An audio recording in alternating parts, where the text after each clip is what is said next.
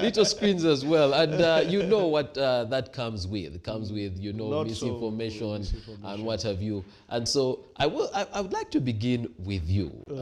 At the moment, you know, which way is it going from what you've been seeing?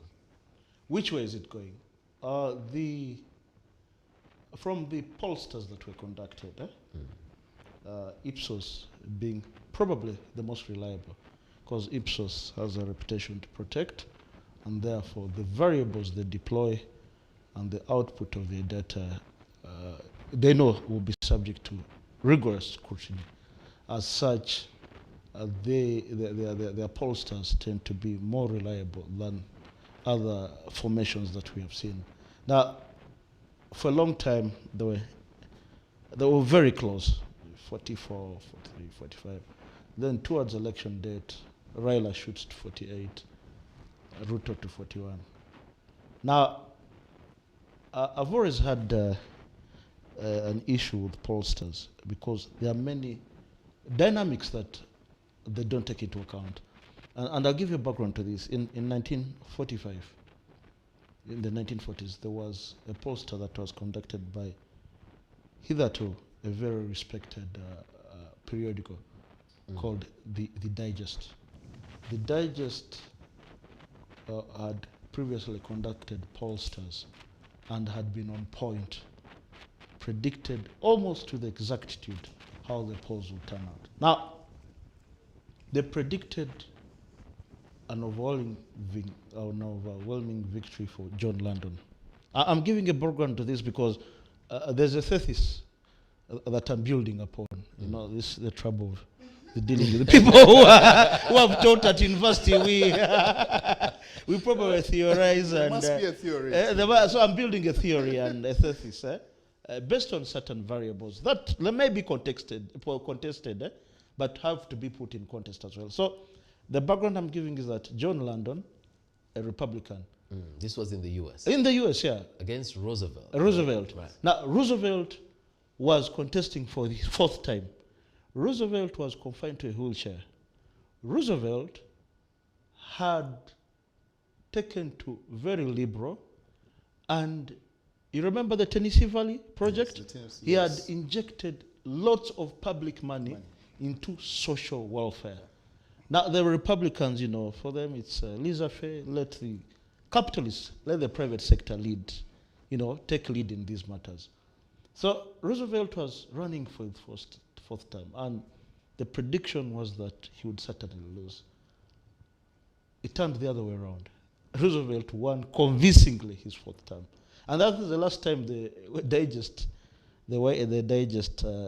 went into publication. Now, where was the problem? He did not only win, but probably turned out to be one of the most iconic American presidents, politicians. Of all time. Even over and above Of all time. JF Kennedy. Yes.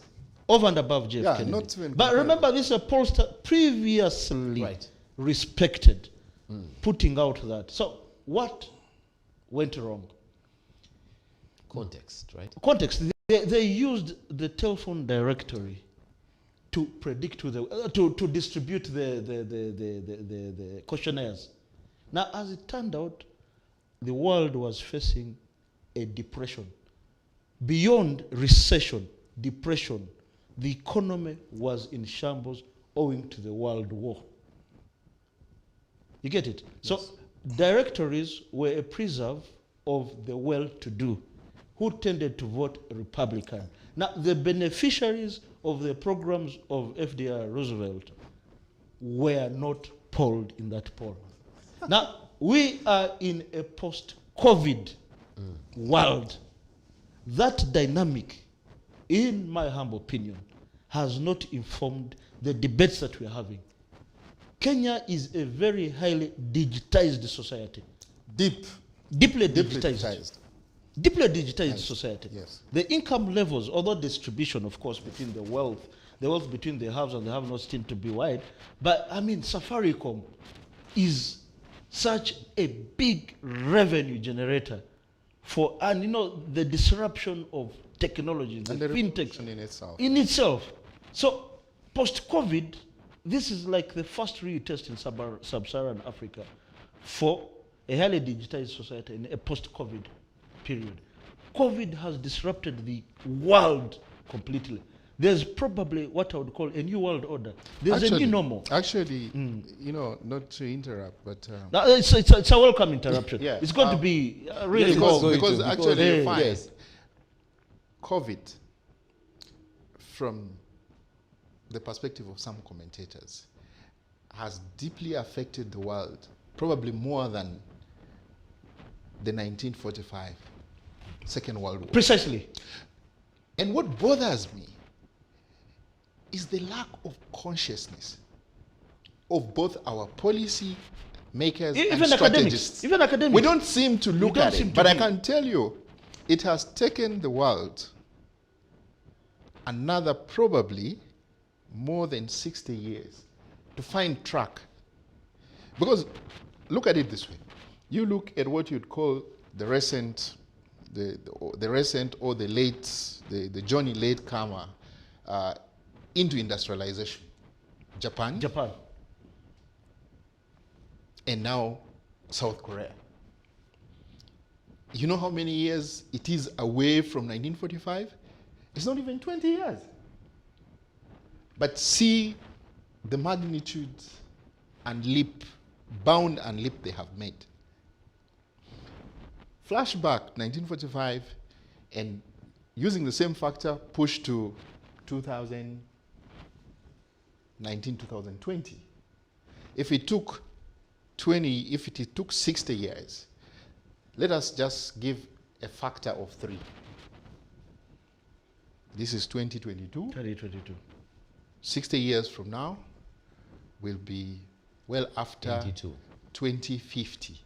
All our development projection plans, they have to be reworked. The longest is the AU 2063. That is really quite a projection. But it has already been undressed. It has to be reworked. We have to go back to the drawing board. So this is what we're talking about. All right. So, Mr. Tabaro, back to you. So there is a prominent researcher at School of Oriental and African Studies, Professor Muhammad Taha. Yes. He's done very deep studies in digitalization, social media, and the disruption in politics. Now, from my gut feeling, is that there's a mental preparation. Mind you, the digital world, there's an avalanche of information. So you don't know which is which. Citizen journalism has actually overtaken the mainstream media. We all consume our news from, and not, once you're bombarded, once there's an avalanche of information in a certain direction, then you are thinking. Yes, is like exactly. No, but even us who are so-called deep researchers, you can only read so much. And with social media, with an avalanche of information in the digital world, we browse. We don't analyze deeply. We browse because there's so much coming. They are experts at these things. So from my gut feeling is that we are being prepared for an eventual announcement of Raila Odinga as president-elect. And the because that's what the deep state wants. And they'll watch Ruto on as how he responds and behaves. Will he be the statesman that the situation requires him to be, or will he continue with his well-grounded belligerence, which has shown over the years from 1992? And I'll give you the context. Will he now go and give, those threatening whatevers and, rally his troops to all this? And critically, that's a discussion that we're going to have more deeply, is that Ruto has really disrupted the whole thing. Absolutely. He has turned this into, not in the political science connotation of class, but he's turned it into a struggle between the haves and have-nots. And he has successfully done that. He has turned the tables. If you look at, because this is the first election that we have without a Kikuyu contested as in Kikuyu protagonist. Yes, because they have running mates. Yes. Yeah, they have running mates, but not as the major protagonist. Yes. Now that's so for the Kikuyu, who are the most populous tribe in Kenya. I must bring it to the attention of our viewers that when we are dealing with the Republic of Kenya, reference to tribal ethnicity is normal. It's the norm there. Unlike in Uganda, would frown, and it's an abomination to refer to people and their tribes. So in Kenya, the context in which we are referring to it is okay. So no, actually, to add credence to what you're saying, I must confess that last night I stayed glued to Citizen TV up to morning, and I can partially tell which direction you're thinking. No, because it was quite a toll. But you see, I really, and I kept shoveling all these channels. And what is interesting, by the way, and maybe this is something that we shall need to dig into. As I listened to the BBC, to Al Jazeera, I was intrigued by their coverage. Their coverage, their interest into the election. Whereas we caught ourselves into, who wins, who loses. They chose a slightly laid back, pitch. And arguably, for me, I think that is tactical. So this is what, international media? Yes, because what they were basically looking at, they prioritize the previous conflict. 2007? Yes. They chose to look at the general management of the election. They chose deliberately, and that pitches this whole Pan-African thing and the Eurocentric debate. But that is Al Jazeera, which is deeper. Yeah, they chose to look at they chose to look at the processes. So then I was asking myself, and all the reporters, because BBC as we speak now has a sub-continental or sub-regional headquarter, if you like. And it is headed by Ugandan. This is my contemporary at the university, Akidi, who is the head of BBC East Africa. So they are so close to call that. So I was like, but this is interesting. Why haven't they why have they chosen not to delve into the thick of the debate, as it were? But that has serious neoliberal connotations, and I think we can discuss that at some point. All right. But I just wanted to add to what because Tabaro was saying. We're going to what Tabaro was saying, because the tribal card is played close to chest. In Siaya, which actually is Raila's home. I laughed. I said, no. We as Africans have been labeled many times, but we could do better than this. Raila picked 94-point-something thousand votes against Ruto's 3,000. And you could see. And same when you looked back home to Ruto's backyard, it was completely reciprocal of what happened. So I can attest to that, Tabaro. All right. And your reading of where we're at right now, because after I've gotten that, we're going to go backwards to find how do we get here. Now, I'll tell you something. Just like I agree over and above with Tabaro, he took it by trying to hypothesize. And it is important, because this thing is just not, we've not just picked it on the roadside. It has a history. So the only way we can try to get it right is put it to context. And the context is not easy. But I will make, if you'll permit, two sweeping statements. And there might not be time to defend those theses here. One is that, borrowing from what he said, if we chose to look at the opinion polls, they would give an insight. Right. Ipsos, EXO, And the most recent one was yesterday morning, Google.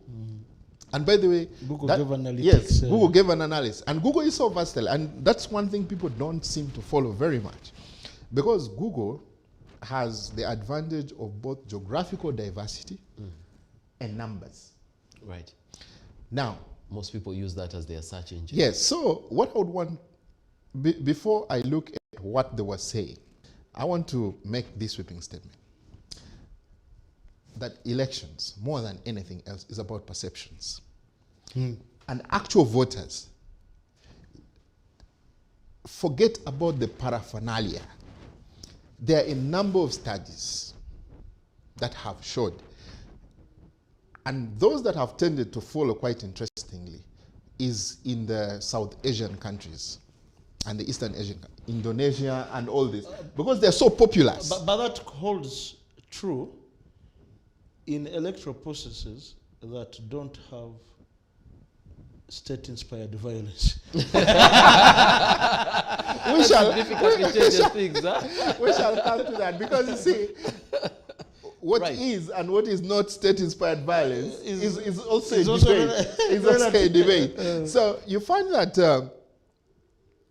some of the argument around perception studies and thinking is that actually real voters actually make up their mind in what you'd call the last mile. By the time they wake up, how probably they are treated or what they encounter at the voting arena.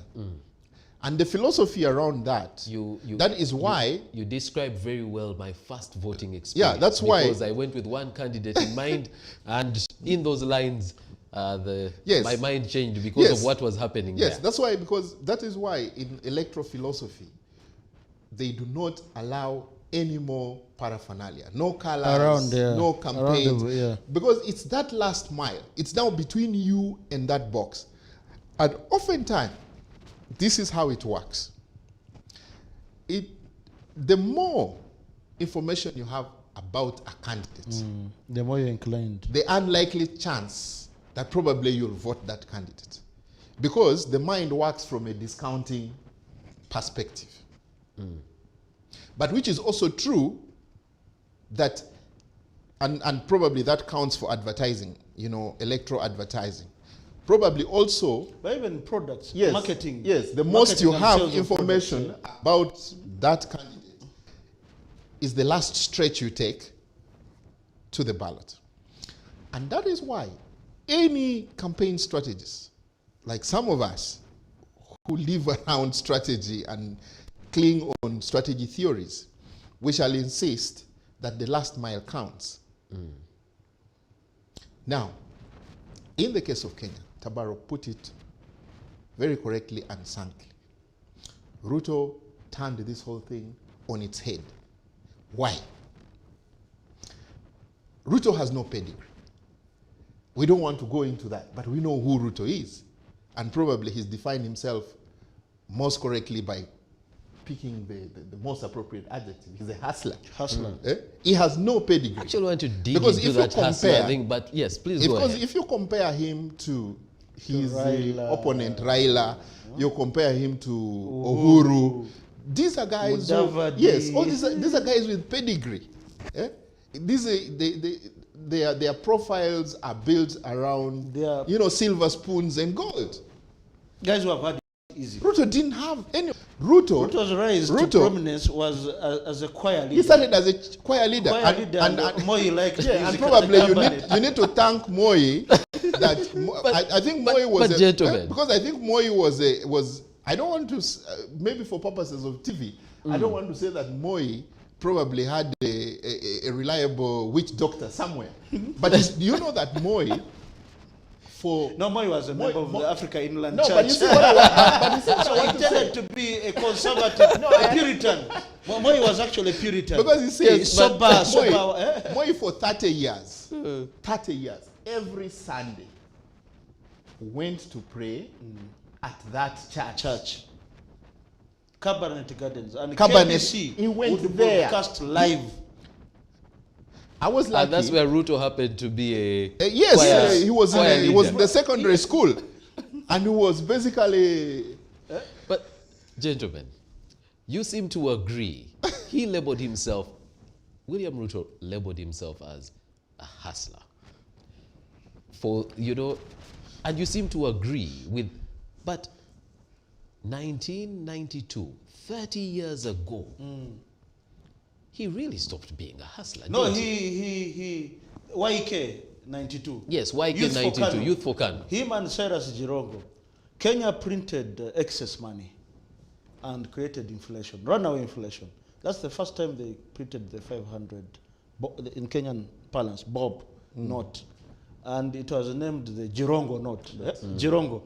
Ruto was very much part of that. And whereas late Kiprono Nicholas Kiprotich Biwot was the Total man. Total man. They were actually under his armpit, but Ruto managed to make some money. Did he won that seat in 92? Or was it the 97 seat that No, he the won? 97. 97 seat. He had quite enough money to go around and put up a show. But 97 where he beat the incumbent, right? yes, but more importantly, Ruto's rise to where he is has been very much grounded in political violence. Because yes, you refer to what happened in 92, 92, right? 97. Made quite a bit of money there. 97, he contests, he wins. He actually gets appointed to become a deputy, to become a state minister. And then what happens is the splitting, and his main minister leaves, and then he becomes minister. After that, he becomes secretary general of the party. Sincerely speaking, how is this a hustler? This is a person who has and even his wealth right now. So Hustler is relative, is in relation to the dynasties. I mean, so in comparison to the people on my the other friend, side. Yeah, because these boys have come, they are palace born. They were palace born. you just they are have palace to drive grounded. on Mombasa Highway.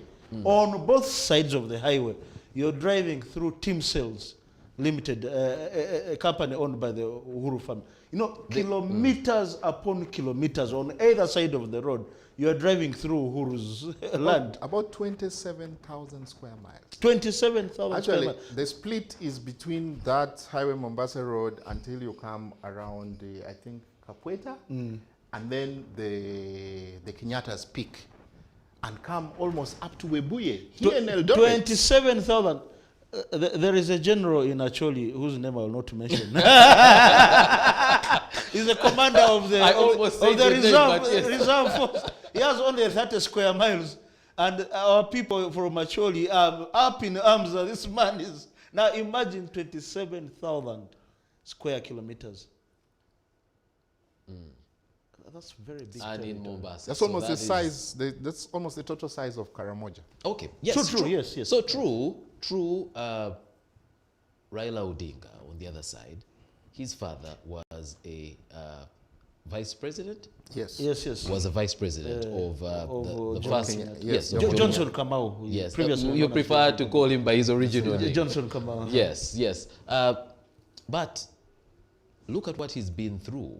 You know, from the time he got into politics. You know.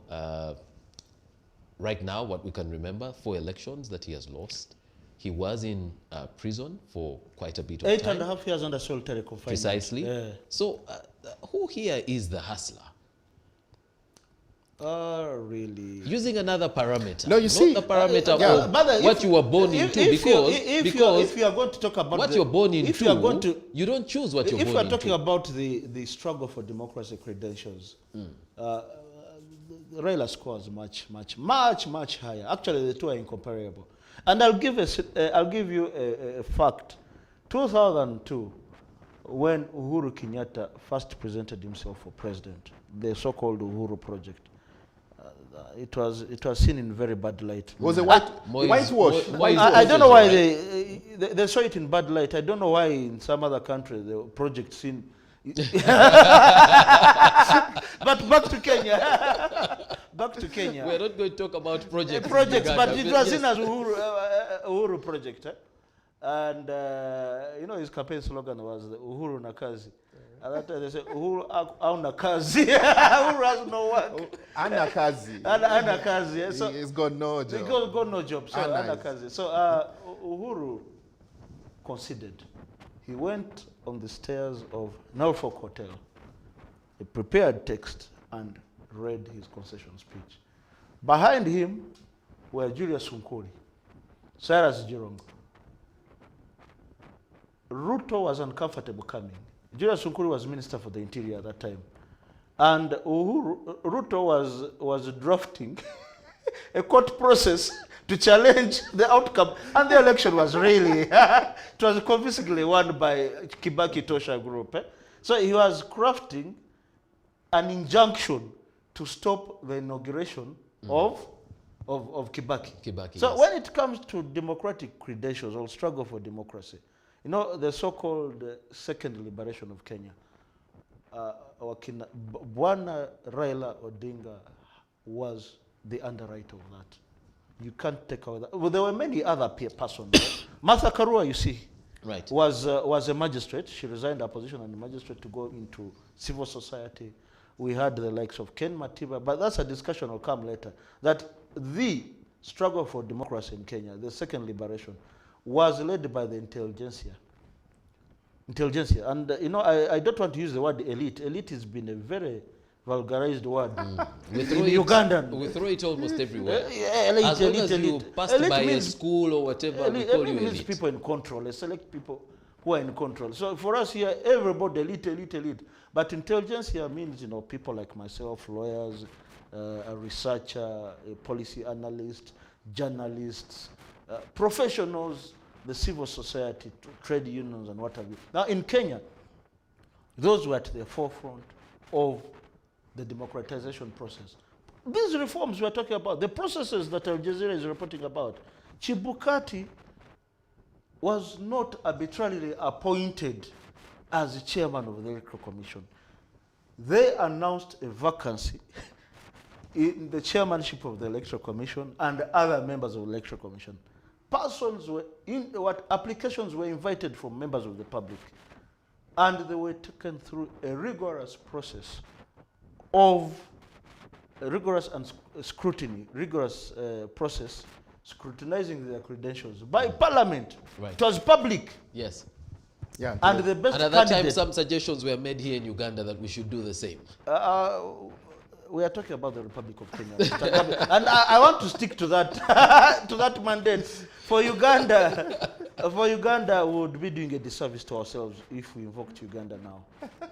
Quite frankly, I Yeah, mean, you know, actually, because when you talk about, I think it is the Guyanese political theorist.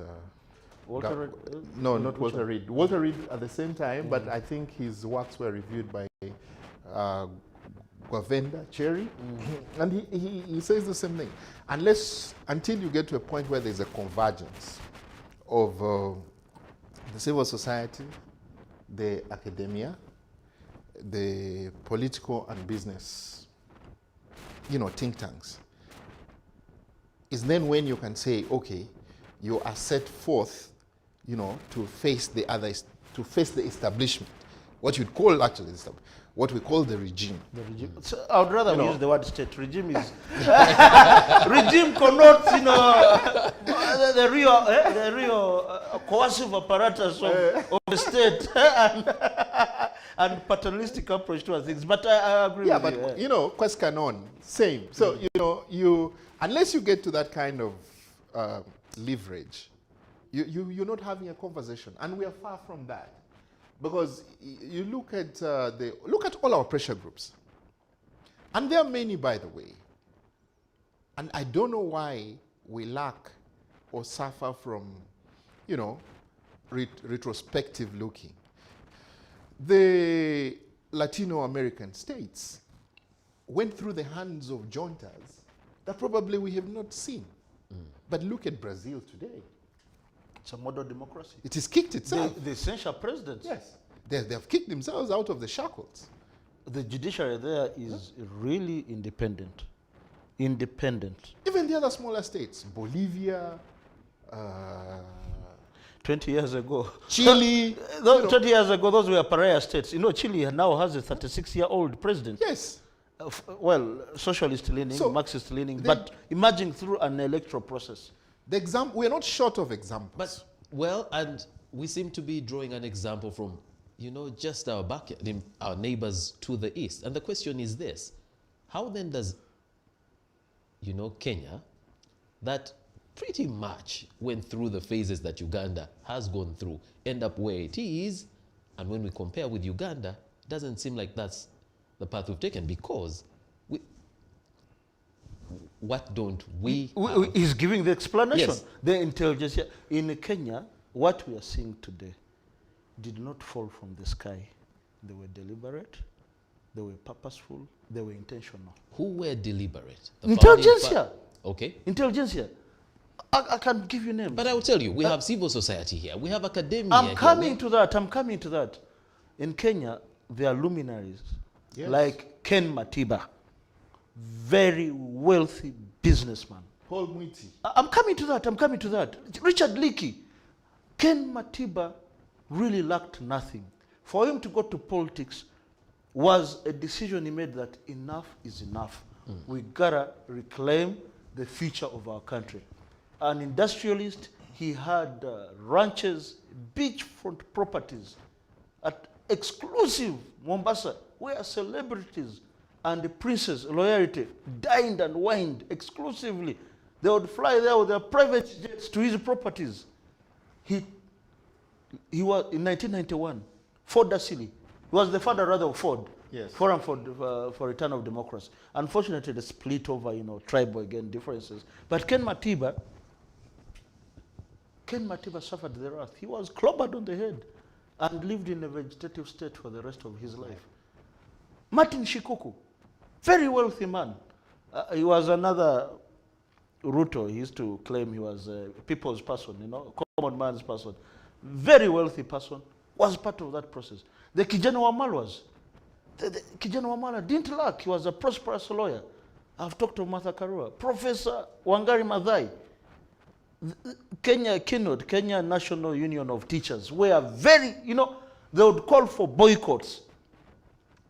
Professor Mkanji, they were, Paul Mwite, he's told you, and Richard Leakey, they founded Safina Party. Paul Leakey, conservationist, you know him. He was, he was clobbered and... from an accident. Actually, I think he was the artificial whatever. Limbs. Clobbered. Richard Leakey didn't lack. He was a world-renowned conservationist and archaeologist. Second generation, really. Okay, one of the dynasties you could possibly add. I could mention many other names. Koigi Waumere. And so those are the people that make it into Kenyan politics. I mean, they're the ones who have really, you can see. And they took on Moi. You know, and Moi had no choice but to back her up and say, actually, he made it very clear towards the end of his term that he's going to hand over power to whoever the Kenyans would have chosen. That was a very powerful and reassuring statement. Now, what we are seeing presently did not fall from the sky. Yeah. Blood was shed, skulls were cracked. Took thinking. Thinking. You remember the Nairobi... There were many periodicals that came out of the time. And which, of course, Tabara, one thing that you may not be shy to add is that if comparatively, and I think let's face up, we have not had that kind of moment, particularly in Uganda. In Tanzania, it has been fairly a given because the unitary political system built an elite. And, you know, the rest sort of fell into command, you know, the Marxist thinking of, you know, the next state will fall. And that, I think that is what has But you happened. have to give it up to them. They have term limits. Yes, and it has worked. I mean, periodical change of power. So we have not had that. But you it should not be lost on you that the son of the founding father abandoned CCM I mean, No, actually, that is a statement, my friend. Barrow, the point you raise takes me. I wanted to. There is an interesting article I read about 6-7 years ago. I forget this guy's full names, but he was one of the longest serving Secretary Generals of the ANC. Moshante, I forget his other name. And he was urging the case of the South Africa millennials, or what they call them, the current generation. And I think this is where we find ourselves. Seetv Barrow points out, you know, the movements and the build-up. And it's even that build-up. And one thing the other thing that probably we need to factor in is that many people are saying, oh, you know, we expected violence in Kenya. Come to the violence issue. And for me, I keep thinking the violence of 2007, 2008 was really an accident, because from a security perspective, I think Kenya by then was already a well-grounded and advanced state, both in terms of their stockpiles and their readings within modern military science. But that was basically it was between civilians. Yeah, it was tied around machetes and pangas and you know, for a country like Kenya, it was laughable. And I want to say this here, that the reason why, and I hope someday I can build on this thinking. You see, a war, the neoliberal element in Kenya is present, it's there, and it's firm.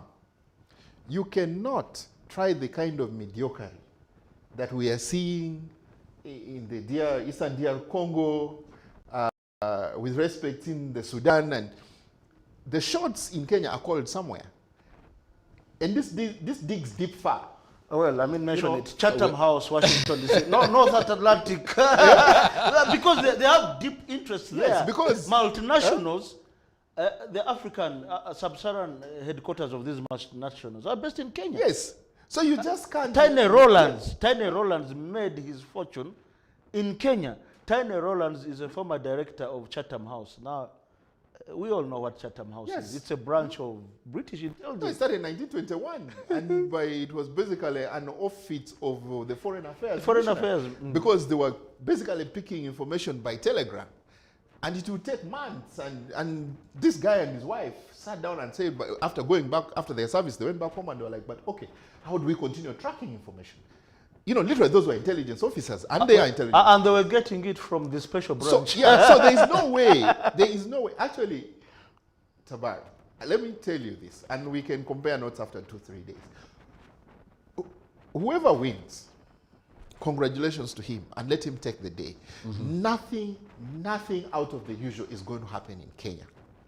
Whoever loses can start, you know, some backyard quarrel and wrangles, and in a few days it will end there. Because if you have to pull a revolver in Kenya, one of the capitals, either in New York or Paris or somewhere, somebody must call the shots. Because of the interest in there. Oh, absolutely. So much at stake. Well, since you've gone the direction... remember, the history of Kenya was a British colony, not a protectorate. It was an extension of the United Kingdom of Great Britain and Northern Ireland. Full stop. It was a one of their foreign, not just dominions, but part of the British territory. All right. Gentlemen, looking at, you know, the violence and the fact that many people expected that there was going to be violence, Ugandan, you know, the government here was being asked, what are you doing in preparation for the election in Kenya, you know?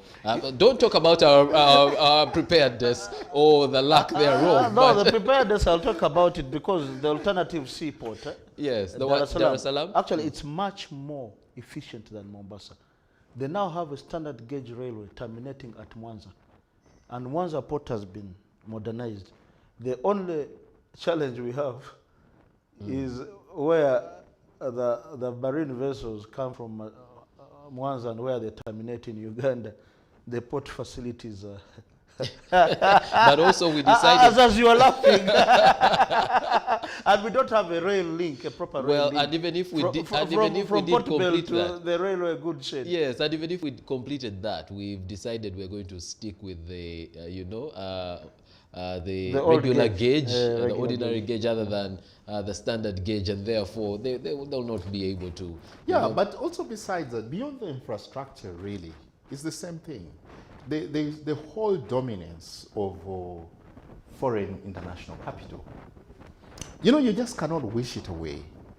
Right from the World Bank, the Bretton Woods, it is... Nairobi is a finance center. It's a complete dress rehearsal. By the time these guys come out for a photo shot, they know exactly what they want. They know which pin should be where. So we just can't wake up and Kasita, Suji, Kampala City Traders Association.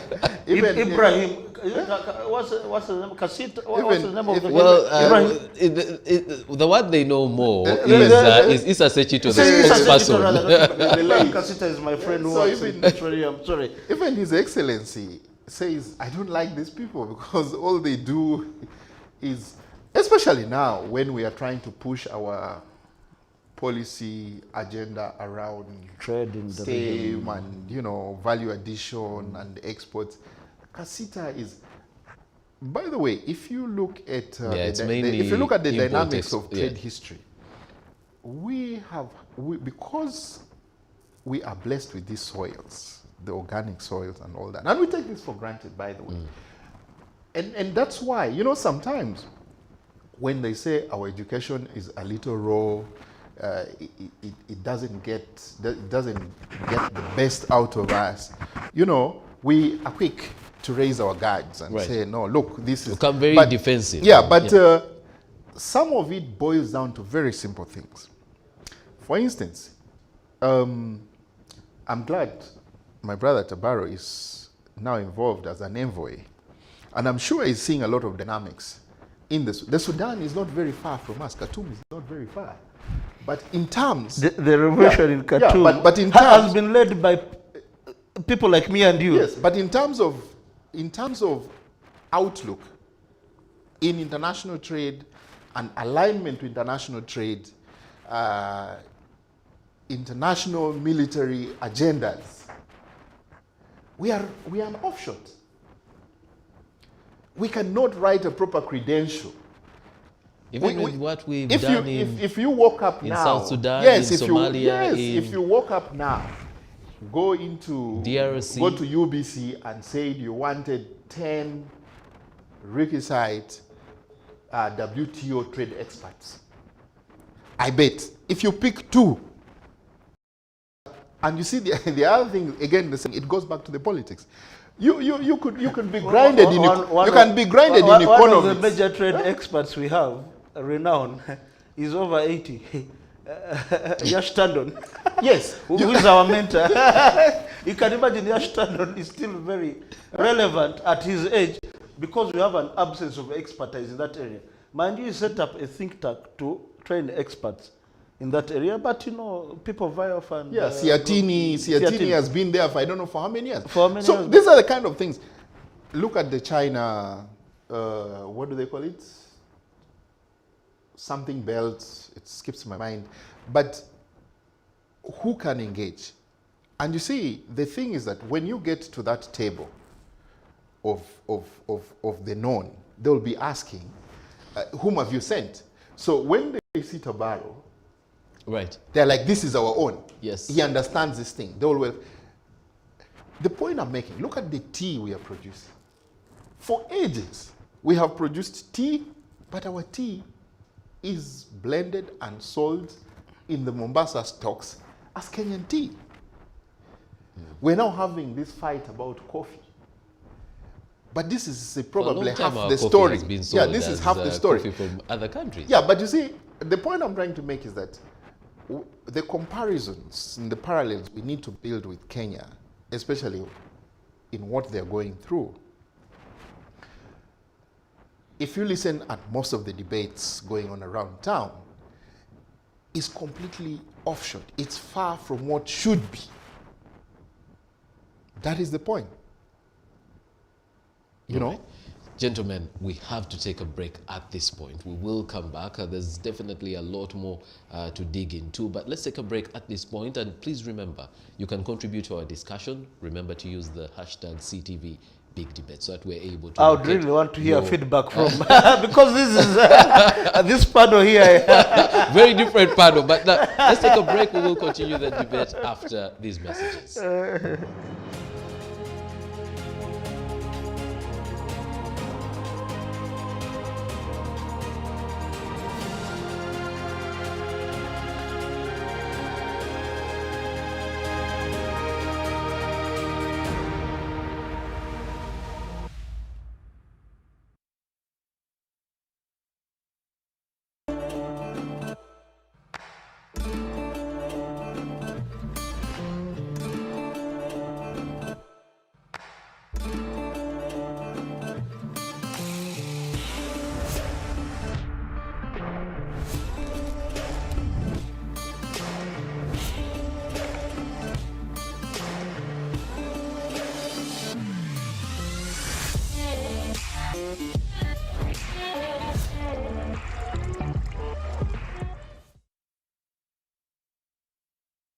Three words: convenience, passion, and pride.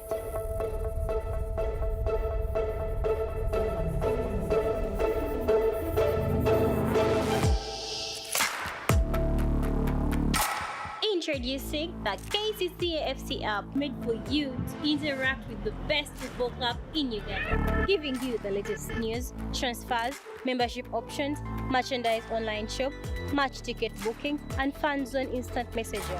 To download the beta app, go to Google Play Store on your Android and search for KCFC. Download the app, sign up, and voila, you're in. Yes, the app is only available for Android users. iOS users, we are coming soon. The KCCFC app, inspired by you, made for you.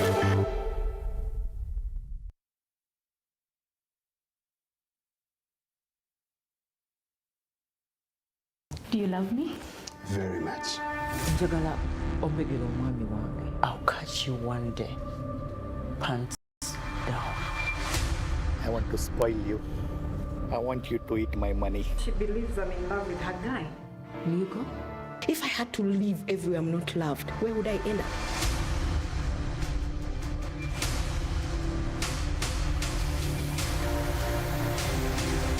The dirty guy hides in the hospital for 40 years, but at night, he walks the streets, commits crimes, and then he comes back and pretends to be alive again. I will break you, Spooky. Do not answer any question about Roho kwa Roho. It's your brain!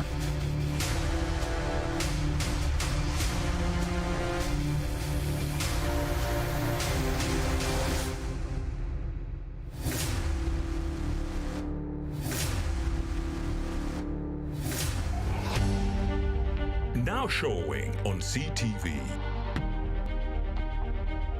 Don't blink.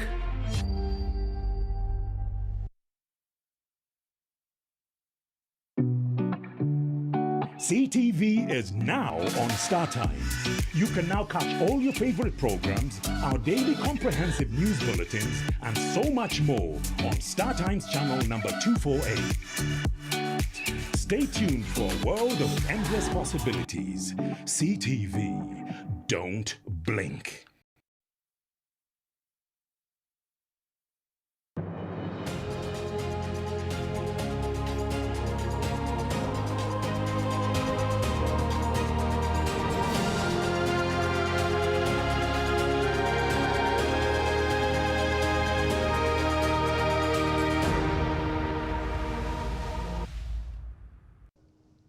Welcome back from the break. Thank you for staying with us here on Seetv. The show is The Big Debate. I'm your host, Iguma Gabriel, with a panel of two as we analyze the Kenyan election.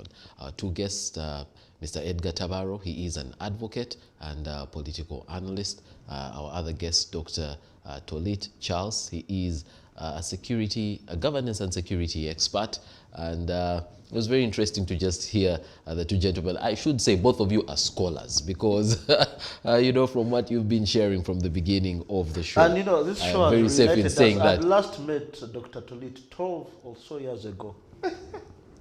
someone could think, you know, you last met a few hours ago. His father is my friend and mentor. I was mentored between his father and Professor Nabudere. Nabudere, of course, Professor in a way, my Nabudere. father is also my mentor. A retired Justice Tawaro. Yes. And certainly, Professor Nabudere was I did a lot of research. Towering figure. I co-authored papers with him. Very deep hand man. He'd really take you into for rigorous research. He told me. So, gentlemen, skilled me. I actually wanted to go back to the issue of violence. But since you have gone in, you know, you're talking about your mentors and schooling and you know.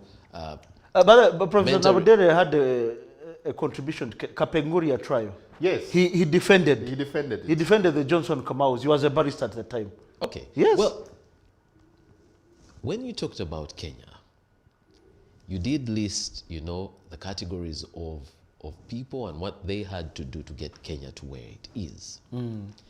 And, you know, I tried without much success to get both of you fine gentlemen to see that we have people of that stature here in Uganda. No, we don't? No. I'm disagreed on that. And yet, no, we have persons in Uganda who would probably answer the clarion call. Yes, of that state. Of that stature. No, they have been there. But then the process. But the civic competence of the people. It's not depend.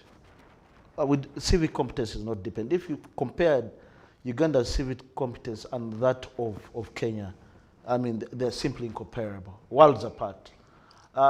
Two, the opponent... Deliberate, or do we just find ourselves in this place? It's deliberate. It's deliberate. The person at the helm of the state of the Republic of Uganda is not an easy opponent to take on. He's a deep thinker. He's not a part-time thinker.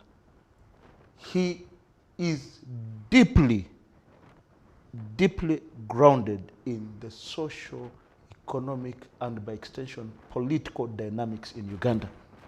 And he has explored and exploited them to his advantage.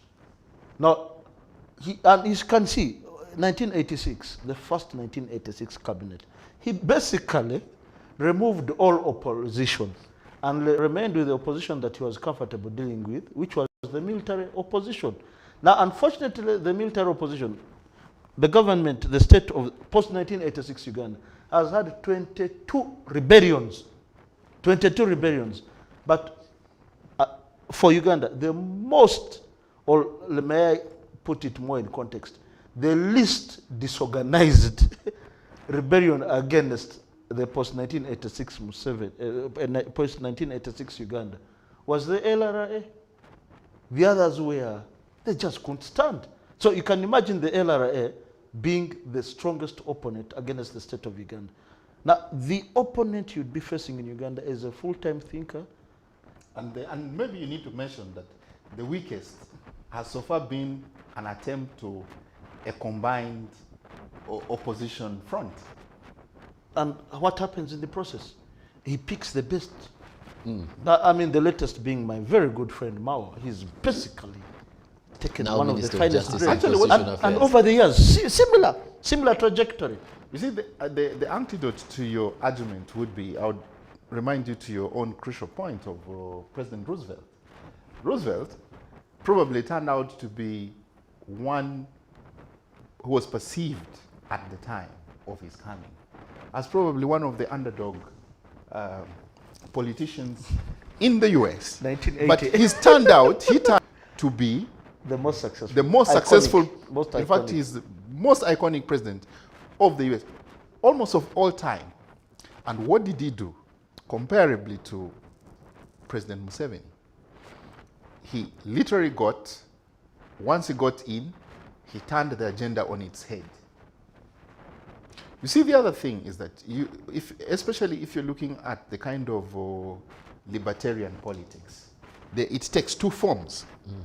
Either you have a leader who rallies everybody around him and spends most of the time consulting, for unison to move.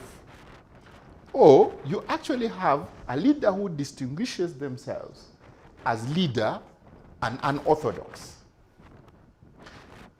That way things work. The danger is when a vacuum comes, what happens? And that is the kind of the kind of person of President Museveni. He's in the echelon, and he's the echelon. So he's driving it. And he's having a comfortable time, I must tell you. He's the fulcrum of the whole. Yes, he's having a comfortable time. And there's no doubt about that. And in him, there has been a revolution. Like it or not, he is a president of a kind. He's a towering figure. He is. His kind of politics is not conventional.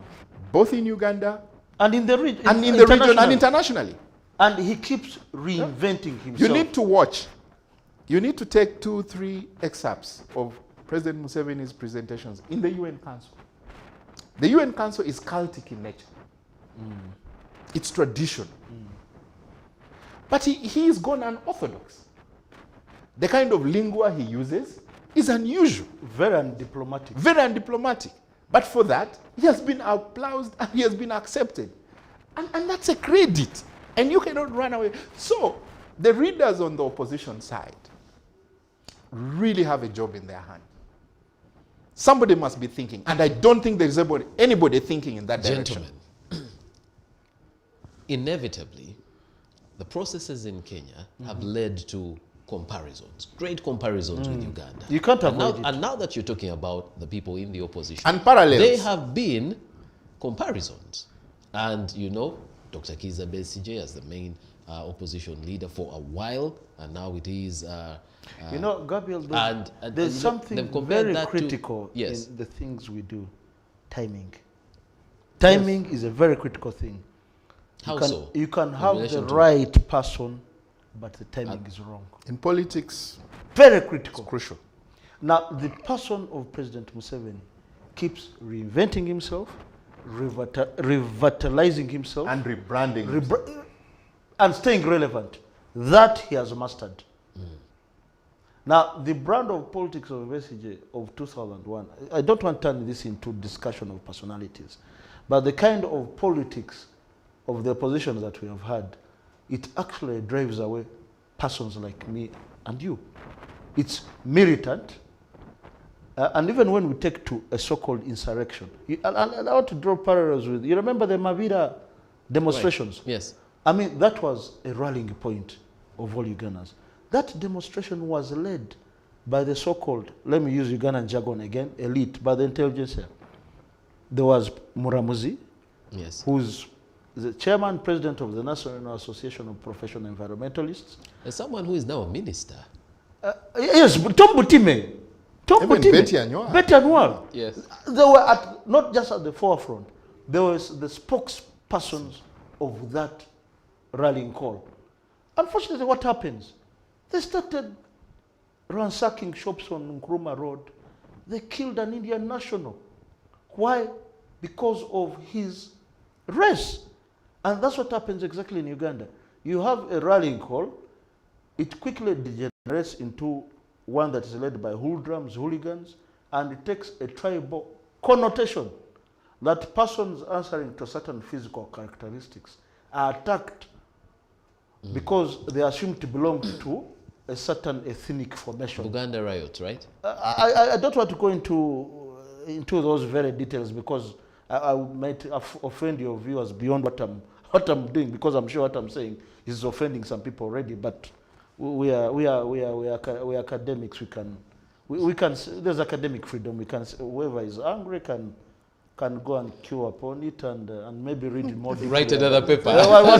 Counter us with information. But you see, now the kind of opposition politics that develops in Uganda actually turns persons like us away from them.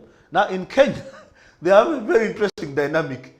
every election year, they have a different special purpose vehicle Yes. to access power. And So, that there, I mean, since, and that since there, in 2002, some circles, has been looked at as confusion, you look at inconsistency. an incumbent running at a different what? Right. And a different formation. Eh?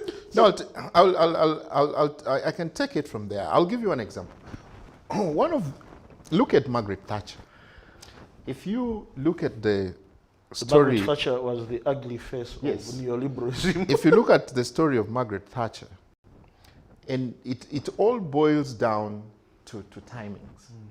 Margaret Thatcher, actually who first trained as a chemist at the university, came out with typical aristocratic thinking at that time. I think by about 21, 23, she grew up in a small dusty town, Graham Town, but comes into the politics of London, the murky politics of London, just like you see it in Washington, D.C. or New York.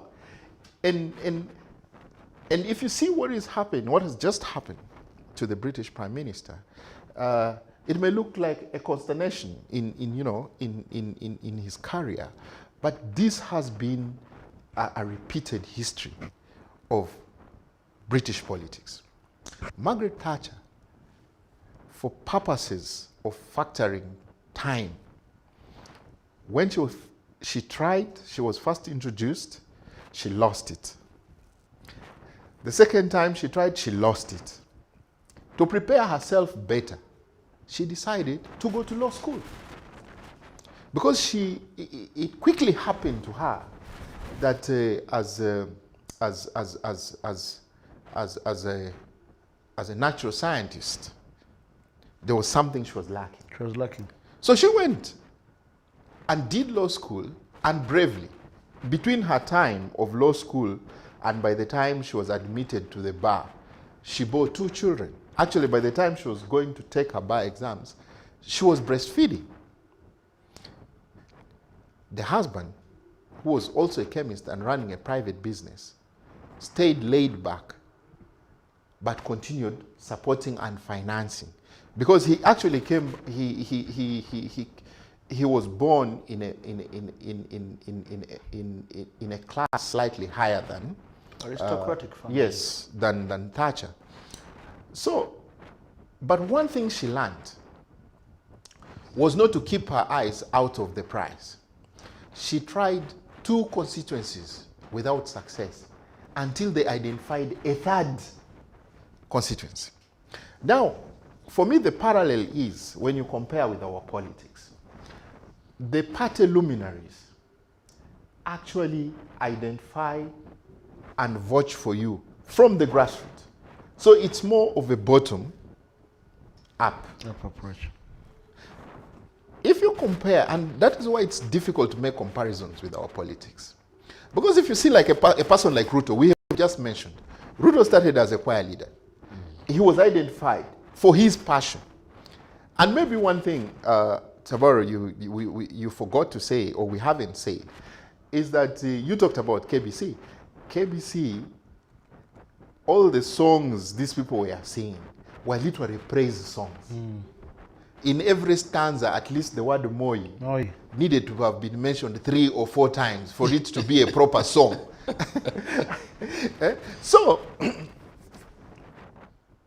when you draw that within the context of today's, multimedia and the proximity of the world and all these world stars and all that, there is a bit of a mambo jumbo.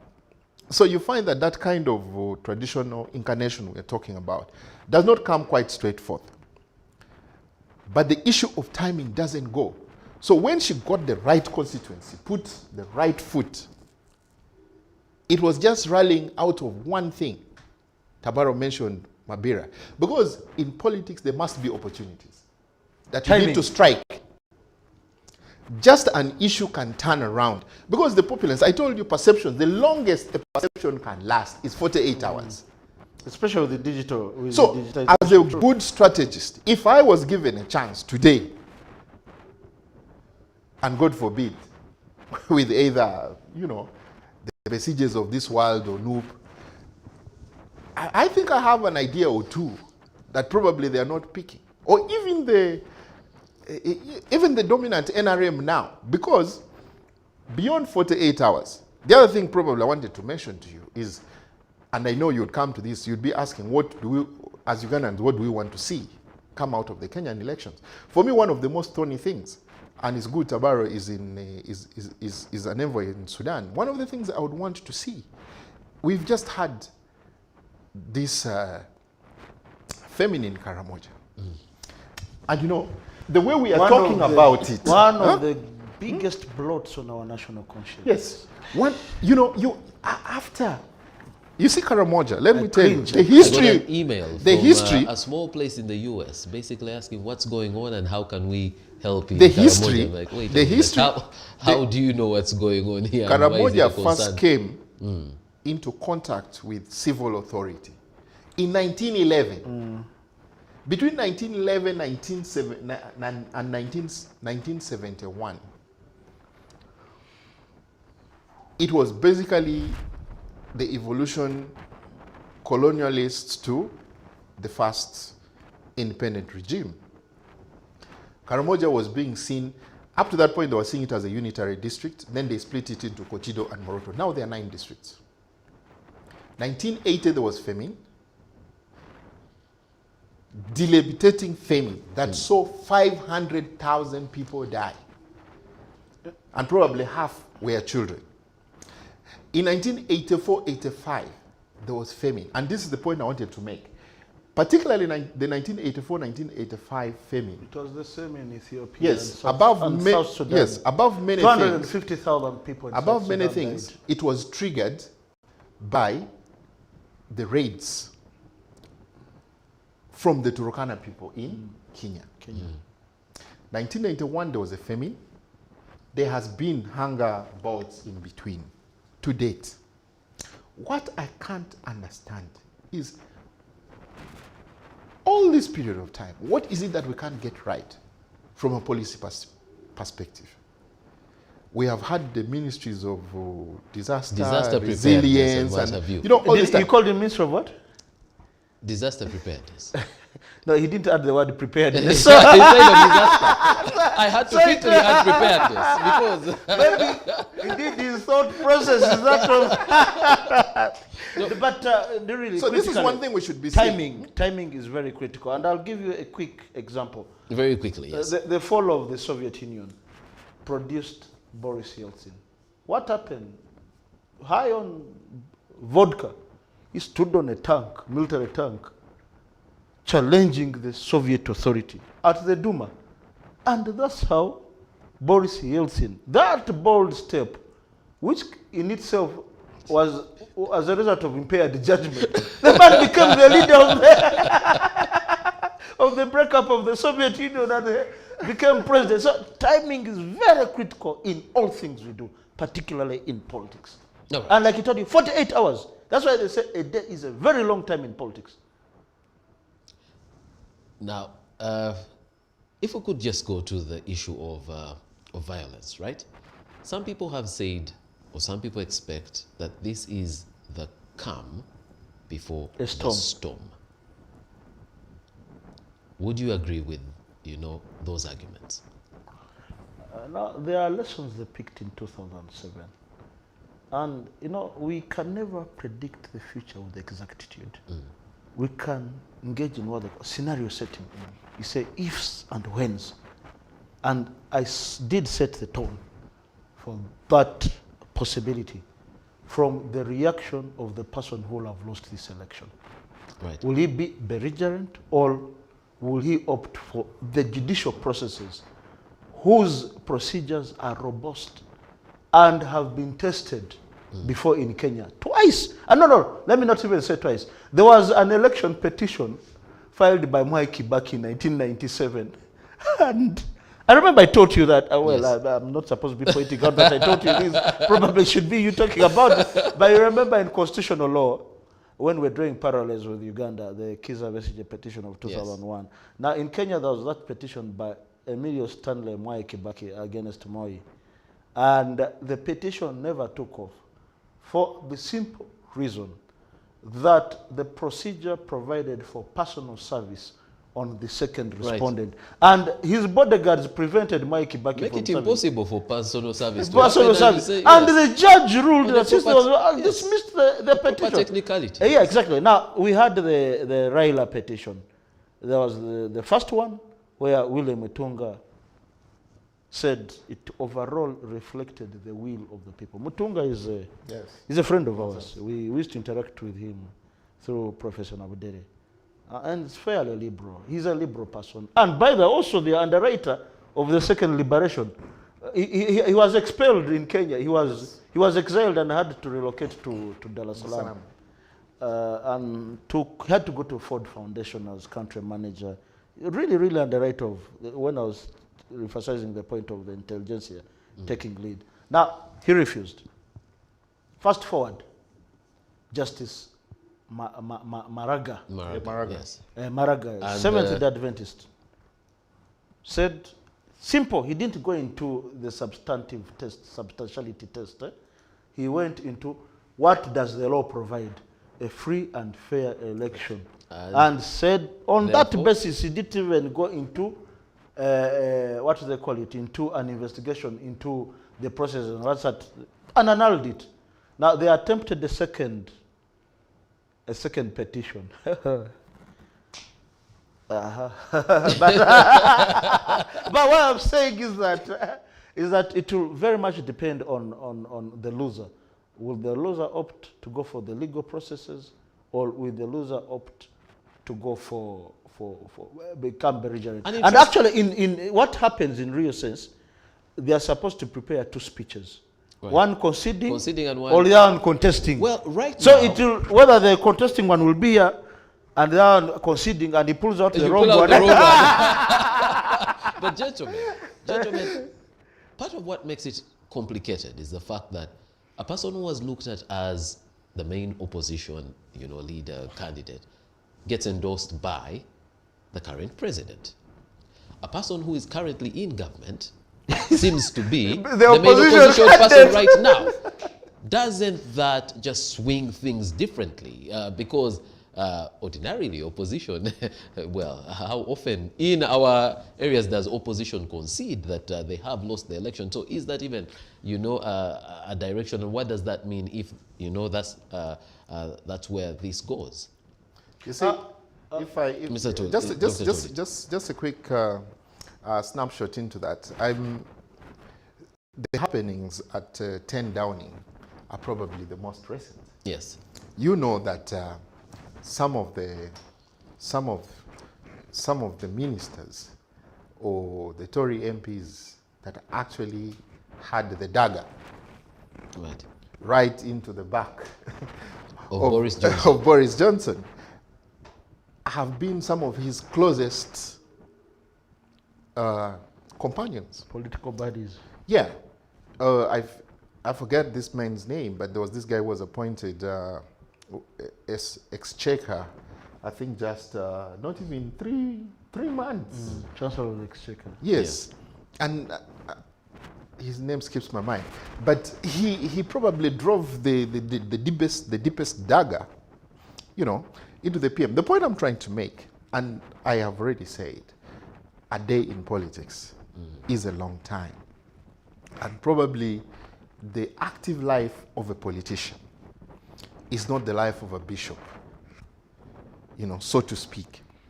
The bishops preach mantra. Sunday after Sunday, we are all waiting for the return of Jesus Christ. So you see, in Shakespeare, in his book Julius Caesar, actually warns about Brutus. And one of the characters he mentions about Brutus is like, makes praises and then says, Brutus, one thing I really don't like or trust about you is your quietness. And I think this is what happens, because alliances in politics, by the way, are purposed to be over specific. They're time specific. Yes, they are time specific. And so they answer to the challenges of the time. So I think it is trying to drag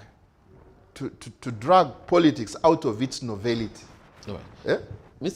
All right. Unfortunately, we have to move on. Mr. Tabaro, Raila Odinga, 77. That's his age. If you come to, William Ruto, 55. If Raila Odinga loses this one, chances are... Kipindi kialala salama.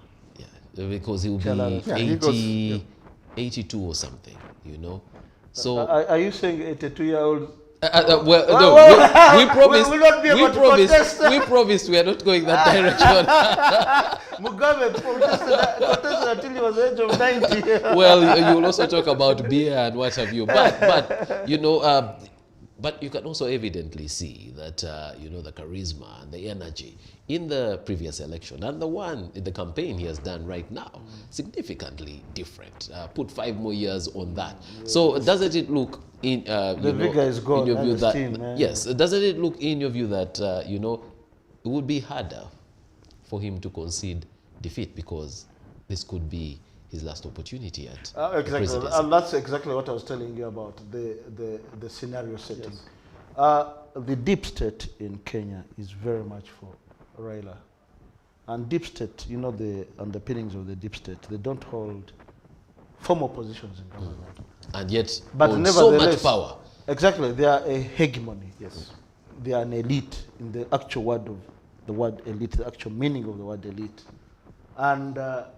Ruto has been belligerent towards them, and for a reason, because they've shabbily treated him, including, but not limited to, stopping his aircraft from leaving Wilson Air, and being directed by the head of the civil service that you can't, a civil servant that you can't fly. I mean, it's second in command of the, and not just a second in command, deputy president. The deputy president is not appointed; he's elected alongside the president. And the constitution is a little bit rigid on that. So, the deep state there desires Raila because Raila is a safer pair of hands. He's not going to rattle the and I mean, you have to give it to Raila. He's been very reconciliatory. 8 years in solitary confinement and goes to work with the very person who sent him to solitary confinement. He became Secretary General of KANU. He only broke away from KANU when his aspirations were not met. But even when he broke away from KANU, he endorses another candidate, Kibaki Tosha. Kibaki, yes. Who also pretty much did the same thing to him after. Well, those are other things, the narc whatevers and what have you. But I don't know whether we have enough time, but I can give you the background to how Raila was arrived. Unfortunately, time will not allow but for the that. Deep state is very much for Raila. He's a safer pair of hands. He's not going to, he's likely, more unlikely than he's likely to what's the word? Appropriate. Was it appropriate? Not appropriation. What is the word under the law? The word for? Forceful, whatever, where the state comes in and takes the property. What? Expropriation. Yes. Expropriation of their property. Not a good term here because of what's happening with but departed Asians has and a what have you. background. Yes. When he was Minister for Roads, he moved down southern bypass of Kenya, moved down mansions. When the earth movers couldn't do the job, he brought explosives and blasted and had the surveyors and architects who had approved the designs for the houses and supervised their construction deregistered. But now he's much less belligerent. He's more of a consensus builder. That militant steam of his is and that's what you'd like to have for. Now, he would probably serve one term. He certainly can't be more than one term presidency. And he'll be more like a lame duck. Martha Karua will be. The Kikuyu will continue being in charge. But unfortunately, the young Kikuyu, the voter turnout amongst Kikuyus is very low. It's quite low, yes. So because for them, the stakes are not, the stakes are only in the deep state. And that is a very critical factor in this election, that you have to give it to Ruto, whether you want it or not. He's turned things around. Yes, there's the cynic vote that he has, that block vote. But he's appealed to the populace across the ethnic divide. Whereas, Tabaro, and if I hear him correctly, is giving it, to Ruto, not the election, but, just changing the dynamics from, you know, what was known, Kenyan elections, deeply ethnic and what have you. But the current president, yes, coming from the largest group and yet endorsing a Luo, which, you know... I'll let Dr. Yes, Toli Dr. speak, Toli. but it has a background. It was a deliberate, led by the matriarch of the family, Mama Ngina, to reach out to the Odingas and said the half-century feud that has existed and continued, that has existed between the Odingas and has continued with the progeny, ought to be brought to an end. And there were processes involving the deep state amongst the Kikuyu that birthed the Building Bridges initiative. Building Bridges, Yeah, yes. yeah. Do you also give it to Ruto, changing the, you know, the tone and... Yes, most definitely. I certainly agree with Tabaro's thesis, more and above. Although I just want to add to it, the further argument, to me, tied or aligned to the deep state, is that we should not forget, and we often do, that it's basically a global village we're living in.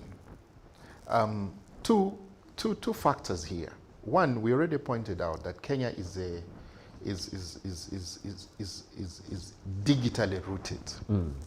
Now, you know, conflict has a circle.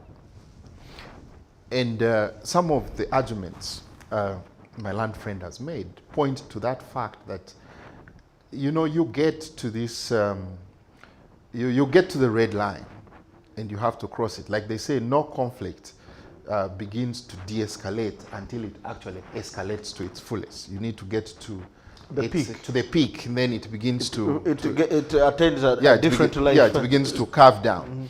And that's very true between, you know, that consternation that has been there between the Luo and the Kikuyu. It's a story full of, you know, deceit, betrayals, unfulfilled promises, and, you know, we can't go into all that. And because these are two dominant forces, the Kikuyu aligned and marshaled the money and all that, and the landed aristocrats. The Luo evened up by spending time to go to school and you know, and all that, and they form most of the intelligentsia class, and that debate has been going on. Now, how does this play for the rest? That is why in the Kenyan politics, there's always been the need to find a vehicle towards Moi House. I'm glad that you need to go full circle to explain you need to these find special purpose vehicles, because it's quite disturbing how, you know, for every election cycle there seems to be a new one. And that has not happened here. Because like you said, and there is a long time in politics. Yes. In Kenya, some of the coalitions don't last more than 2 weeks. You have seen Kalonzo. Kalonzo has been like a pendulum bomb. Actually, yes, a pendulum bomb. pendulum.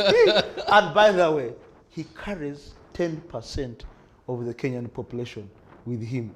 And Charlie Tengulu is also the Kamba. Yes. That's a block vote. He has been and they are with Raila. He has been a steady hand. And actually, the other group I wanted to mention, besides the, you know, international and foreign capital and this dominance of the global village and the ideology, Washington and the Bretton Woods and all that, which because you look at towns like beyond Mombasa, we know Mombasa for, you know, for the port, but beyond Mombasa, they are small beach towns. Islands. There's Malindi. They call it small Italy. There are places like Kilifi. These are places where, in today's world, with all these superstars projected with the filmmaking, celebrity, lawyers, the cheap, Prince Albert of the blue Monaco. chip world and all, these are guys who have residences there. So you see, that's the same place where Ken Matiba had his residence. So there is no way you know, you were asked. That's why for me the violence in Kenya give it, take it. I don't see it going anywhere. 2007, they fought with machetes and all that. And by the way, I don't the see that violence in happening Kenya now. was limited in the poorer areas. Yeah. Kibera, Yes. Runda, Hurlingham, nothing. I spent a year of fellowship. I did the Defense and Security Fellowship at the Karen Senior Military Academy. Just who are you? I mean, I will wake up and see little folks running with horses, and it takes you back to the tales of, you know. Yeah, Karen, the club, Actually, what country club you in? is one of the oldest horse Yes. races in Africa. You know, so it's a completely different place. world. Right. Gentlemen, you actually be surprised when I say this. We're out of time and we need to start bringing this to a close. And as we do that, earlier on, Mr. Tavaro mentioned technology, and just now you made reference to it, the world being a global village, and you know the digital, how Kenya is, you know, when it comes to digital capabilities and what have you. This election, and it's not the first where this is happening, where there are claims that whoever is going to win is not going to be determined by the people who went to the poll, but more the server and who is in control of that server. Server politics. Do you, because I think I heard you say this somewhere. Do you still maintain it? Yes. This is after the election happened yesterday. The chairperson of the Electoral Commission, the Independent Electoral and Boundaries Mr. Commission, Chibokati, a level-headed person, they have uploaded. Will announce results that will be given to him by his IT team. They will not be his own. He's not the one feeding. There's an expert doing that. What of the fact that these, we would call them DR forms, here I think in Form Kenya they call them 34A. 34A. These have been uploaded. The public has been given access to where these forms are. People have been told you can actually make your own analysis. The public has been given access. Yes. Who is doing the uploading? My friend, robotics, quantum physics, big data. There's a person very manipulatable behind there. Just smart guys who do it.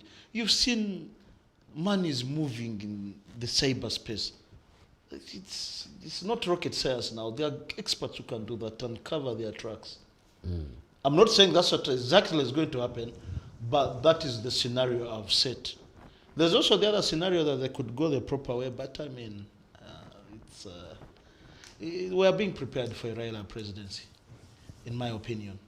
All right, gentlemen. Not that I'm endorsing him. Yes. But Gentlemen, Dr. Kizza Besigye, Robert Chagulanyi were invited as observers. Is there more, in your view, is there more to that than just the invitation and, them going and observing in Kenya? No, well, you see, there is, especially may his soul rest in peace, the late Professor Danin Abdere had this phrase, Eurocentric, Afrocentric. He used to pronounce Africanism with a K. Yeah, and you'd write it with a K. And I can't go into all that, but I'll tell you something. He's called it Africology. Yes, I'll tell you something. To be really mild, political tourism is now acceptable because we're living in an age where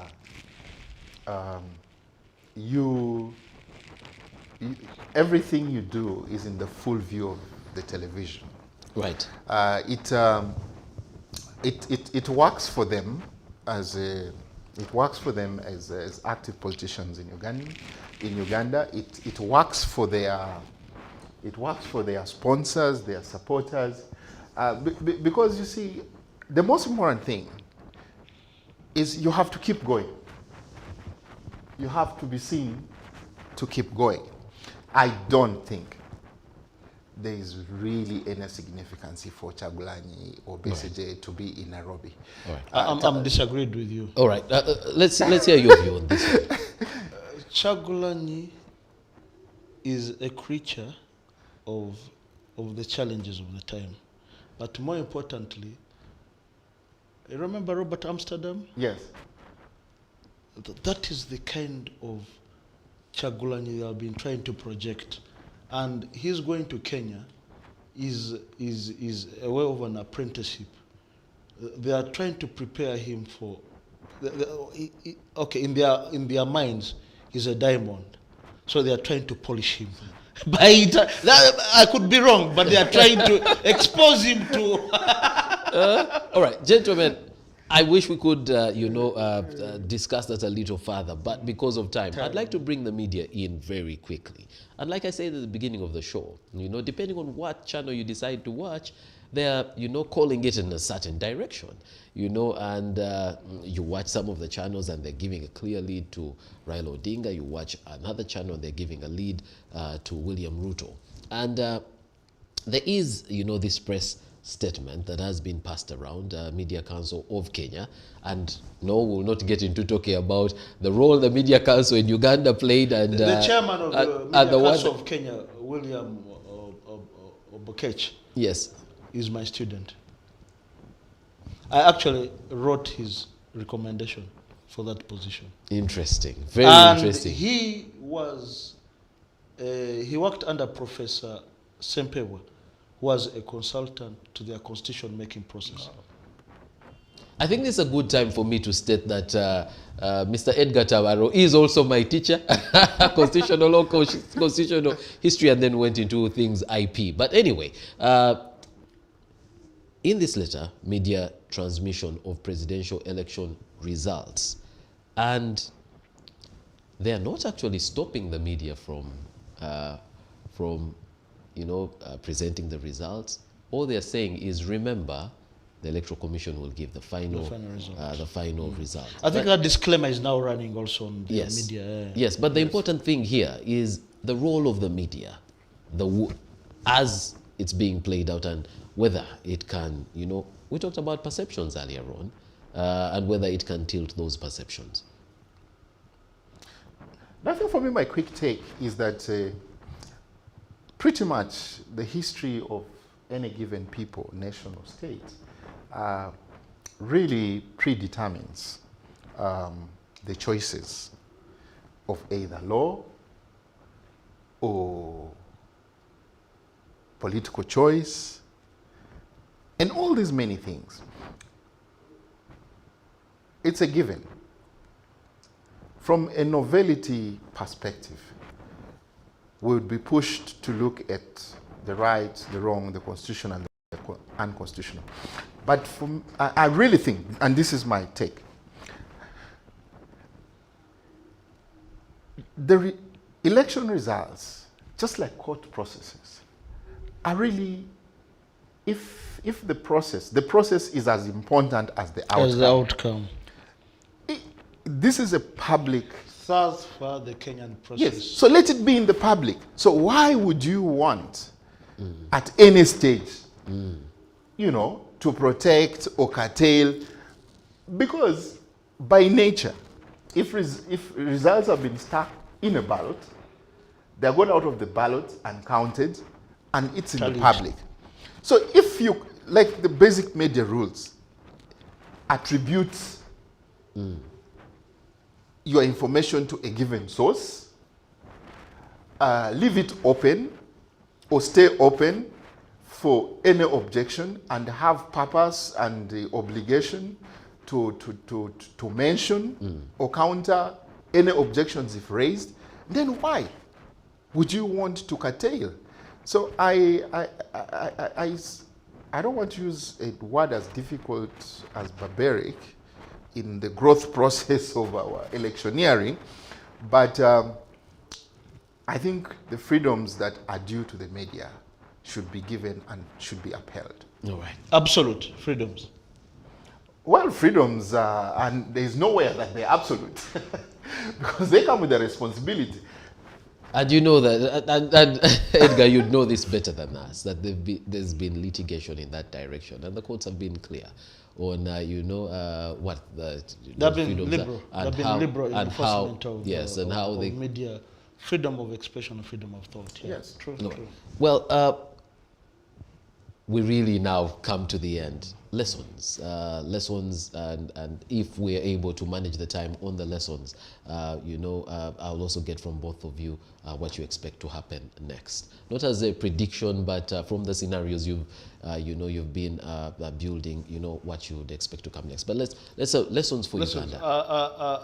Like he's put it, Dr. Tolit, that an election, the tail end is also as good as the process.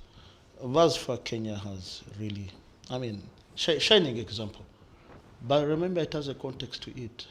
It didn't fall from the sky. They've been deliberate, they've been intentional. Now, the rest of the African states need to pick lessons from there, that things won't fall from the sky. They have to be deliberate as well. And very lastly, a system is only as good as its checks and balances. All right. If there are no checks and balances, absolutism will set in. Yes, Mr. No, Dr. me, Tolit. I'm really happy that Moi. Moi. The boy was a towering figure. That we forgotten We even can't this guy. avoid thinking about I Moi. can only tell you of how much KBC I watched. You listened to and watched. As a young man.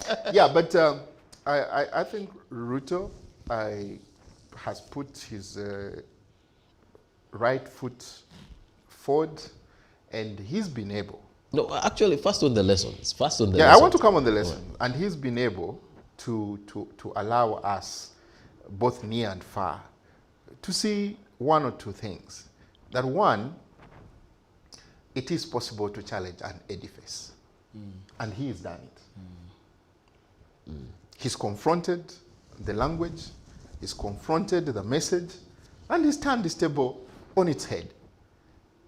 And I think that is a good lesson for many to see within the political pipelines. The other is that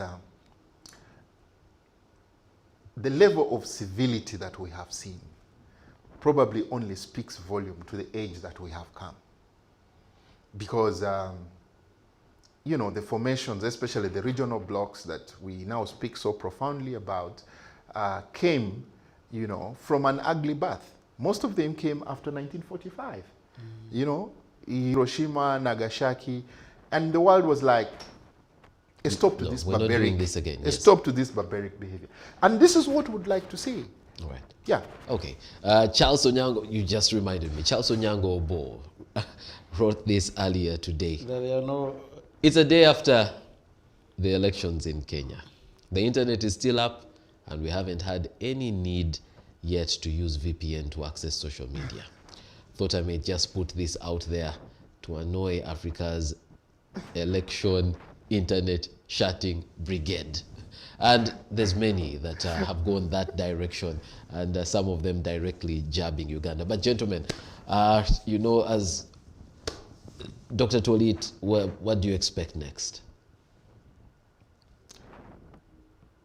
Going forwards for Kenya or for the region? No. For Kenya, what are you expecting? By the time we came for the show, there were certain results. They were going a certain direction. You put a number of things in context for us. What do you expect to come next? Is there going to be? Do you expect something quite surprising, or do we know which direction this is going? And how should the region, respond or react after seeing everything that has happened in the Kenyan election? Well, for me, I don't expect any big surprises. Reason being that Mr. Tabaro says he expects a Raila win. Do you also expect the same, or are you expecting a Ruto win? I want to take a tangent at this. I am comfortable with whoever will. Me too. I'm comfortable with whoever will come into Nairobi, because for me it's more back home. There are two things that I think, for me, we really need to address with Nairobi. One, the continued violence and thuggery in the Karamoja and that vast region, especially escalated by, you know, the failure of Kenya to take hold of the Turkana region. From a geopolitical perspective, I really would want to see that the bureaucrats in Kampala would take the earliest opportunity to engage with whoever comes into Nairobi. And that the Karamoja region needs to be stabilized for Uganda, you know, to move as a single outfit. The other is that it's only, I think, the other year and this year, 2020, that we've had a favorable trade balance with Nairobi. But in spite of all, you know, the speak around the East African community, there are lots of non-tariff barriers that are facing business, that are facing movement of labor, that are facing movement of professionalism. Even within the elite legal fraternity, it is still remain quite, you know, a hallmark to be able to go and open a law firm in Nairobi and start practice. Yes, we just saw, you know, so people would register and the yeah, and these are the things. Yeah, these are the things that touch the ordinary people. And for me, these are the issues at hand. So at the end of the day, my good friend James Ndii, one of Kenya's most recent luminary economists, has decided to go the route away. We spoke on phone about a week ago, and he was persuading me to see the way he's seeing. Because I respect the way he thinks, I don't think that I'll blindly go that way. But like I said, if these issues that actually affect the people, and then the issue of the small cross-border trade arrangements, especially those that have gender implications. There is a lot of trafficking, there is a lot of abuse of women in that unregulated border trade. You know, the magendo they talk about. So for me, these are the things that really affect the people. And look at the GDP of Kenya and look at the wealth in Kenya and all that. And when you just cross the road on the Ugandan side in Busia, Dabani, or Sofia, and then you see the poverty and all that, or even just Malaba and Busia, even from an outlook, look at the infrastructure on the other side and this side.